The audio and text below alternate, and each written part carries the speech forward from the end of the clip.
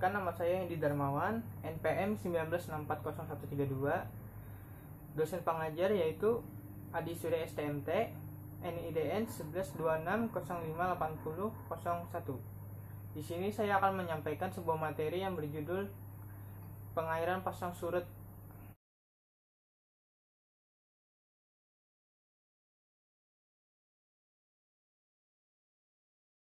Definisi pasang surut menurut Pariwatno tahun 1989, fenomena pasang surut diartikan sebagai naik turunnya muka laut secara berkala akibat adanya gaya tarik benda angkasa terutama matahari dan bulan terhadap massa air bumi.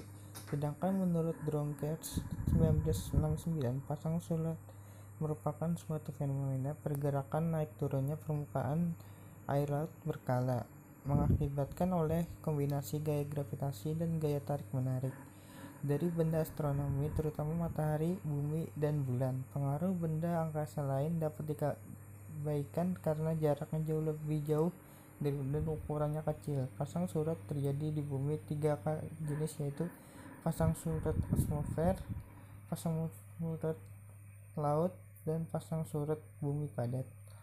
Pasang surut laut merupakan hasil gaya dari tarikan gravitasi dan efek centrifugal effect. Adalah dorongan di arah luar pusat rotasi gravitasi secara langsung dengan massa, tetapi berbanding terbalik secara jarak. Meskipun ukuran bulan lebih kecil dari matahari, gaya tarik gravitasi bulan 2 kali lebih besar daripada gaya matahari, yang membandingkan pasang surut laut karena jarak bulan lebih jauh pada jarak dari matahari ke bumi. Gaya tarik gravitasi menarik air laut arah bulan dan matahari menghasilkan dua tonjolan bulge pasang surut gravitasional di laut. Lintang dari tonjolan pasang surut ditentukan oleh deklinasi sudut antara sumbu rotasi bumi dan bidang orbit bulan dan matahari. Teori pasang surut. Teori keseimbangan equilibrium theory. Teori keseimbangan pertama kali diperkenalkan oleh Sir Isaac Newton tahun 1642 sampai 1727. Teori ini menerangkan sifat-sifat pusat secara kualitatif. Teori terjadi pada bumi ideal yang seluruh permukaannya ditutupi oleh air dan pengaruh kelembaban. Diabaikan untuk memahami gaya pembangkit pasang surut yang dilakukan dengan cara memisahkan pergerakan sistem bumi, bulan, matahari menjadi dua, yaitu sistem bumi, bulan, dan sistem bumi matahari. Pada teori keseimbangan, bumi diasumsikan tertutup air dengan kedalaman desalinasi yang sama dan naik turun laut sebanding dengan gaya pembangkit pasang surut atau GPP, the generating force, yaitu resultan gaya tarik bulan dan gaya tarik sentrifugal. Teori ini berkaitan dengan hubungan antara laut, massa air yang naik, bulan, dan matahari. Gaya pembangkit pasut ini akan menimbulkan air tinggi pada dua lokasi dan air rendah pada dua lokasi. George B. Teori pasut dinamika. Picard 1978 menyatakan bahwa dalam teori ini lautan yang homogen masih diasumsikan menutupi seluruh bumi pada kedalaman yang konstan, tetapi gaya-gaya tarik pendidikan dapat membangkitkan gelombang periodik sesuai dengan konstitusinya gelombang geseran dasar. Teori ini pertama kali dikembangkan oleh Lewis tahun 1796 sampai 1825. Teori ini melengkapi teori keseimbangan sehingga sifat-sifat pasut dapat diketahui secara kuantitatif. Menurut teori dinamis, gaya pembangkit pasut menghasilkan gelombang pasut di wave yang periodenya sebanding dengan gaya pembangkit pasut. Karena terbentuk gelombang, maka terdapat faktor lain yang perlu diperhitungkan selain GPP. Menurut Devon tahun 1958, faktor-faktor tersebut adalah kedalaman perairan dan luas perairan.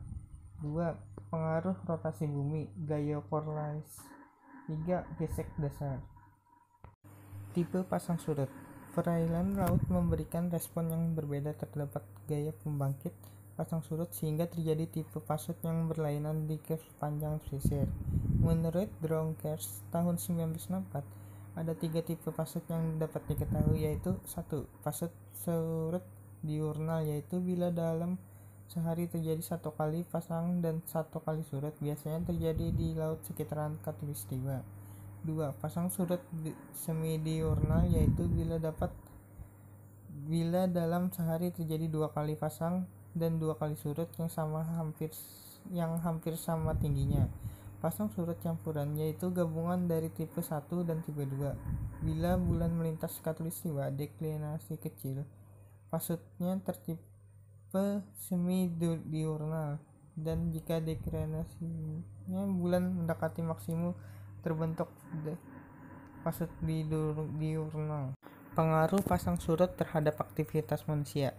Pengaruh surut yang sangat banyak dan erat kita lihat dari segi manfaatnya. 1. Pembuat garam.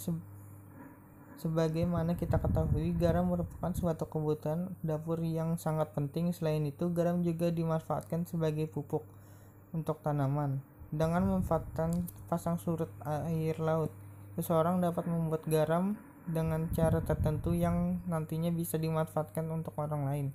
3. Persawahan pasang surut. Pasang surut merupakan persawahan yang dipengaruhi oleh air pasang dan surut. Ketika air pasang biasanya digunakan untuk memasukkan air di lahan persawahan supaya struktur tanah di sawah tersebut tidak kering meskipun saat musim kemarau. 3. Sarana berlabuhnya kapal di dermaga yang dangkal air.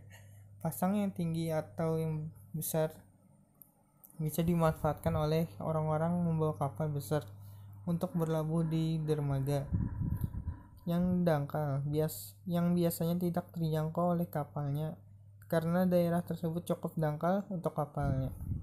4. Pembangkit listrik tenaga pasang surut (PLTPS). Penggerak generator listrik. Kekuatan arus pasang surut itu biasa menjadi sumber tenaga pembangkit listrik yang bisa dimanfaatkan oleh kalangan banyak. 5. Sarana transportasi. Memanfaatkan perairan laut sebagai sarana transportasi sudah dikenal sejak zaman nenek moyang dulu. Mereka memanfaatkan sarana transportasi laut untuk kepentingan pribadi, kepentingan berpindah tempat, mencari tempat tinggal baru, ekonomi, dan lain-lain. Kesimpulan, pasang surut laut adalah gelombang yang dibangkitkan oleh interaksi antara laut, matahari, dan bulan. Secara fisik, pasang surut adalah proses naik turunnya permukaan air. Teori pasang surut, teori keseimbangan ekuilibrium teori, dan teori pasut dinamika teori. Pasang surut laut merupakan hasil dari gaya tarik gravitasi dan efek sentrifugal. Efek sentrifugal adalah dorongan ke arah luar pusat rotasi. Gravitasi bervariasi secara langsung dengan massa tetapi berbanding terbalik terhadap jarak. Meskipun ukuran bulan lebih kecil dari matahari, gaya tarik gravitasi bulan 2 kali lebih besar daripada matahari. Dalam pembangkit pasang surut laut, karena jarak bulan lebih dekat daripada jarak matahari ke bumi, gaya tarik gravitasi menarik air laut ke arah bulan dan matahari yang menghasilkan 2 tonjolan bulk G pasangan surut gravitasional di laut. Lintang dari tonjolan pasang surut ditentukan oleh deklinasi sudut antara sumbu rotasi bumi dan bidang orbital bulan dan matahari.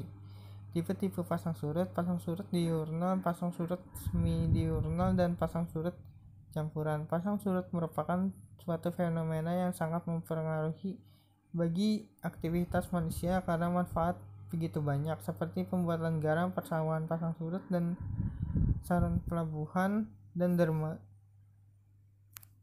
dan pembangkit listrik tenaga pasang surut, penggerakan generator listrik dan sebagai transportasi, dan masih banyak yang lainnya. Beberapa alat pengukur pasang surut dinamakan stage step dan video yang saya stage dapat sampaikan. Salah hilap mohon maaf. Assalamualaikum warahmatullahi wabarakatuh.